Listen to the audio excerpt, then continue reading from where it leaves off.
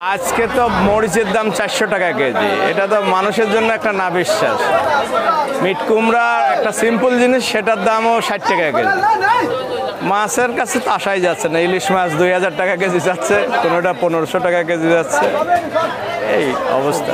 Monitoring করলে আমার মনে হয় যে কিছুটা হলেও কমবে, নাকি এই আবহাওয়ার কারণে হচ্ছে কিনা তাও জানি না, তবে মনিটরিং করলে আমার মনে হয় কিছুটা কমবে। কিন্তু বাজারের দ্রব্যমূল্যের দাম বেশি।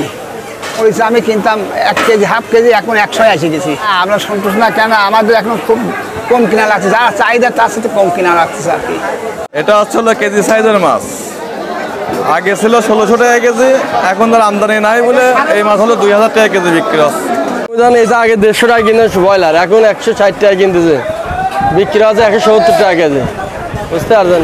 সোনালি কিনা হচ্ছে 220, বিক্রি হয় 240, 250 এরকম। কৃষকের খেতে কোনো সবজিই নাই, সব বৃষ্টিতে নষ্ট হয়ে যাচ্ছে। মূল্যে বেচলাম 30 টাকা শের, পিঁপে বেচলাম 16 টাকা শের, পাতাকপি 35 টাকা শের। বৃষ্টির জন্যই সবজি কোনো গাছ হচ্ছে না, সব মরে যাচ্ছে। দাম আগের থেকে তো অনেক বেশি। 1 কেজি বেগুন কিনলাম 120 টাকা, যে বেগুন 70-80 টাকায় কিনা যেত। এখন সব কিছুর এরকম লাউ কিনেছি, লাউ আপনার হলো 50-60 টাকা। চড়া বাজার এই কাঁচামরিচ 340 টাকা আড়তে যাচ্ছে। কুচ্চা হচ্ছে 100 টাকা পোয়া, আর হচ্ছে তোমার হচ্ছে এই ভেন্ডি 60 টাকা কেজি, তারপরে ঝিঙে 60 টাকা। সপ্তাহ ধরে বৃষ্টি চলতেছে, অনাবৃষ্টি। এই মনে করেন প্রত্যেক দিন বৃষ্টি লেগেই আছে। এই কারণে মনে করেন সবজিতে কিছু অস্থিতিশীলতা বিরাজ করতেছে। যেমন মনে করেন শুধু কাঁচামালে মরিচ, পটল, শসা, তারপরে শাক সবজি, এগুলাতে একটু 10-20 টাকা কেজিতে বৃদ্ধি হয়েছে। বেগুন আগে ছিল 80 টাকা, এখন 120 টাকা। উস্তে ছিল 80 টাকা, এখন 100 টাকা।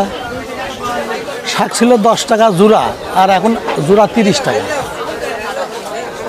তারপরে মূলা ছিল 40, এখন 50 টাকা 60 টাকা হয়ে গেছে। কাঁচামরিচের দাম ছিল কত কম, 50 টাকা 40 টাকা পোয়া, এখন সেটা 90 টাকা 100 টাকা পোয়া হয়ে গেল আজকে প্রায় 2 মাস ধরেই সবজির দাম ঊর্ধ্বমুখী। কালকে একদম, আজকে একদম, খালি বাড়তেছে, কমতেছে না। বললেন আমরা যেরকম কিনি সেরকম বিক্রি করি। মরিচ আজ থেকে 1 সপ্তাহ আগে ছিল 120 টাকা, এখন 380 টাকা কেজি। আমি ইনকাম পার ডে 500, আমার বাজারঘাট তার থেকে বেশি লাগতেছে, অনেক ব্যয়বহুল খরচ। আমি সব ক্ষেত্রে কমা দিয়েছি কিনা, মানে চাহিদা থেকে কমা দিয়েছি কিনা, আমার যা ইনকাম তারা হচ্ছে না।